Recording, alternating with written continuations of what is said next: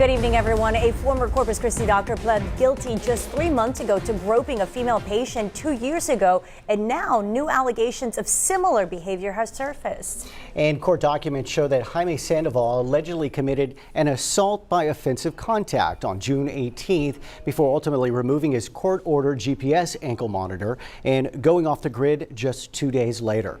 Chris 6 News reporter Emily Hamilton has been following this story. She joins us now with the latest developments. And Emily, I understand Sandoval hasn't been seen or heard from.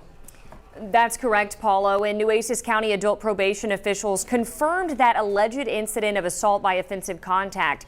Details include Sandoval pulling down a woman's blouse, exposing her chest, and then making a comment about her breasts. And now one of Sandoval's victims is speaking out and expressing her frustrations with the criminal justice system and what she calls a major disservice to crime victims.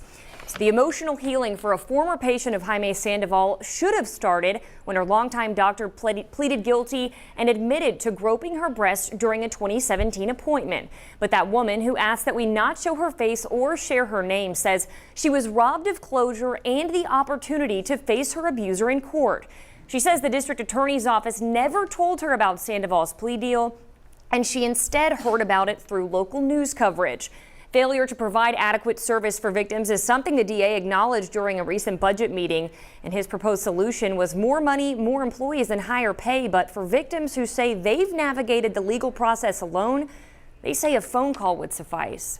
Very disappointed and upset with the way that my case was handled. I feel that the DA's office did a huge disservice, not just to me, but to the other victims as well.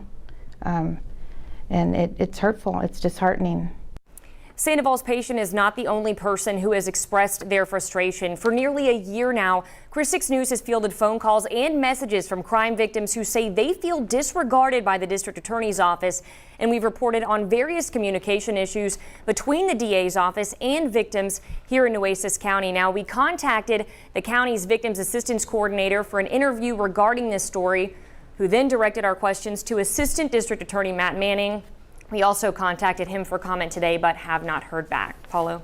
All right, Emily Hamilton reporting in studio. When it comes to crime victim services, Nueces County is behind other counties of similar size. During budget meetings, the DA's office said that of the counties of similar size, they have 5 to 6 crime advocates.